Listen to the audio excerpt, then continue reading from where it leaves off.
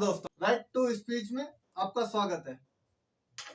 दोस्तों, बात करेंगे दुनिया के धनी आदमियों की लिस्ट में गौतम अडानी के बाहर होने की। क्या है खबर? अमेरिकी रिसर्च फर्म हिंडेनबर्ग की रिपोर्ट के मुताबिक गौतम अडानी को टॉप 10 लिस्ट से बाहर कर दिया गया है। क्या थी ये टॉप 10 लिस्ट?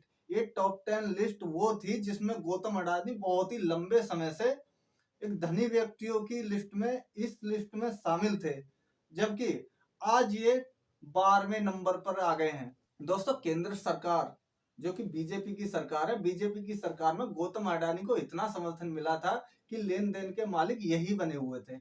और इन्हों का लेन देन इस स्तर से हुआ कि कोविड-19 के दौर में देखा गया था कि लोग अपनी समस्याओं से जूझ रहे थे। उस टाइम गौतम अडानी की संपत्ति दुगनी हो गई थी। तो क्या थी ये वजह?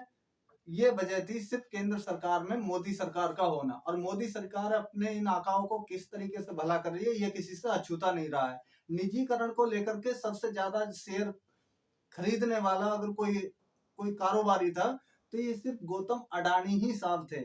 आज गौतम अडानी साहब की 3 दिन में वो हालत हो गई है जिसे कि सबको चौंका दिया है। एक अमेरिकी रिसर्च के अनुसार, रिसर्च फर्म हिंडेनबर्ग की रिपोर्ट के मुताबिक टॉप 10 की लिस्ट से बाहर हो गए और ये 12वें पायदान पर पहुंच गए हैं।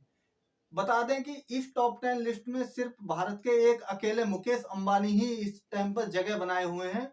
बाकी अडानी साहब को टॉप 3 सबसे ज्यादा अमीर पूरी दुनिया में कभी तीसरे स्थान पर रहा करते थे, लेकिन आज इन्हों की ये हालत हो गई है कि इन्हों को बाहर कर दिया गया है।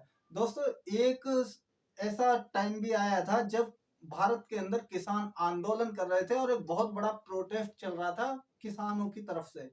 वहां पर गौतम अडानी को लेकर के ही इसका विरोधाभास हो रहा था। विरोधाभास क्या हो रहा था कि कहीं तो गौतम अडानी ने अपने प्लान के मुताबिक किसानों की आय को दुगना लेकर के और एमएसपी की गारंटी को लेकर के कुछ ऐसे ही नियम थे इसमें, जो कि 7 से 10 ऐसे नियम थे जिन्हों पर सरकार बड़ी मजबूती के साथ में बनी हुई थी और पीछे अपने आका गौतम अडानी जी को बिठा रखा था, जिन्होंने पहले से ही पंजाब के अंदर देखा गया था फार्म हाउस इन्होंने कंप्लीट कर लिए थे। सॉरी, जबकि ये किसानों के खिलाफ एक ऐसा अमेंडमेंट पास किया गया था कि इसमें हम किसानों की आय दुगनी कर देंगे, जबकि ऐसा कुछ था नहीं।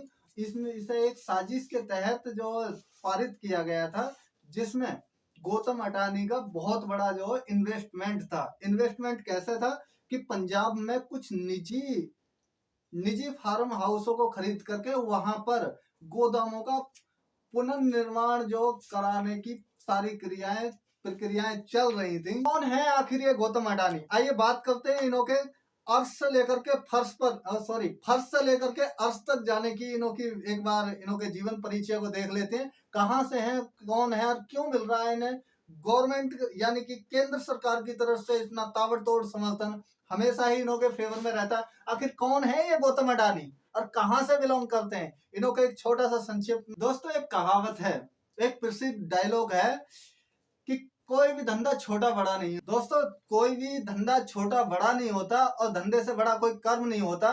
ये एक बहुत ही सहज डायलॉग है और एक प्रसिद्ध डायलॉग है। तो इसमें किस तरीके से गौतम अडानी ने इसको अपनाया, आइए देखते हैं इन्हों के बचपन को लेकर के और अब तक टॉप 10 की लिस्ट से बाहर निकलने। अडानी का जन्म गुजरात के अहमदाबाद में 24 जून 1962 को 14 जून 1962 को इन्हों का जन्म हुआ था। बात करें इन्हों के परिवार की, एक सामान्य परिवार से आते थे, जबकि इन्हों का कोई खासा ऐसा कोई बिजनेस नहीं था और फिर ये स्कूली शिक्षा को लेकर के भी बहुत ही अपने आप को असहज महसूस करते थे। बता दें कि ग्रेजुएशन की डिग्री लेने तक इन्होंने पढ़ाई छोड़ दी थी।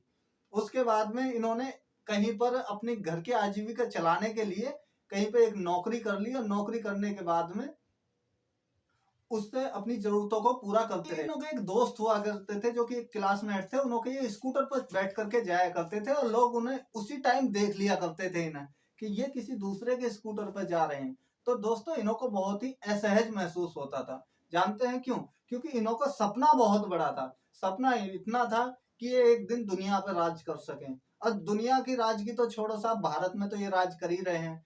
दोस्तों इन्होंने के हमेशा दिमाग में एक ही प्लान चलता रहता था कि किसी तरीके से बिजनेस किया जाए, और बिजनेस कोई छोटा बड़ा नहीं होता। इसकी एक मिसाल है फर्श से लेकर के अर्श तक पहुंचने तक। इन्होंने बिजनेस करने के लिए अपनी नौकरी तक को छोड़ दिया था। दोस्तों अगर आज वर्तमान समय की बात करें तो गौतम अडानी को कौन नहीं जानता। जितना अच्छे से मोदी जी जानते हैं उतना तो खैर कोई नहीं जानता, मगर लेकिन गौतम अडानी को काकाओं के आकाओं से लेकर के या आकाओं के काकाओं से लेकर के थोड़ी घनी तो जानकारी हर कोई ही रखता है। बाकी सोशल मीडिया में बहुत कुछ जानकारी रखता है। दोस्तों गौतम अडानी का कारोबार को लेकर के हमेशा चर्चा रहती है कि ये व्यक्ति जो गौतम अडानी है ये अपना कारोबार किस तरीके से करते हैं। आइए इनके कुछ कारोबार पर नजर डाल लेते हैं, जो कि क्या है इनके कारोबार, क्या है आखिर इनके इतना क्या है इनका प्लेटफॉर्म। तो इनके कारोबार को हम बताते हैं कि किस किस कारोबार से जुड़े हुए हैं। दोस्तों तेल से लेकर के गैस तक, यानी कि तेल से लेकर के गैस तक, और कोयला से लेकर के बंदरगाह तक, और मल्टी मॉडल लॉजिस्ट बिजली उत्पादन प्रसारण क्षेत्र तक फैला हुआ इनका कारोबार है। इस वक्त गौतम अडानी 10 अरब डॉलर के मालिक हैं। उनके पास देश की सबसे बड़ी ऑक्सफोर्ड कंपनी। तो गौतम अडानी का कई बार इंटरव्यू हुआ है, और कई बार इंटरव्यू में हमेशा अक्सर मीडिया के जरिए बस एक ही सवाल पूछा जाता है कि आपका मोदी जी के साथ में क्या संबंध है, किस तरीके से जो आप देखते हैं मोदी जी को। तो दोस्तों मोदी जी के बारे में गौतम अडानी बस एक ही शब्द कहते हैं कि जिस तरीके से भारत के एक नागरिक का मोदी जी से संबंध है, ठीक वैसा ही मेरा भी मोदी जी से वही संबंध है।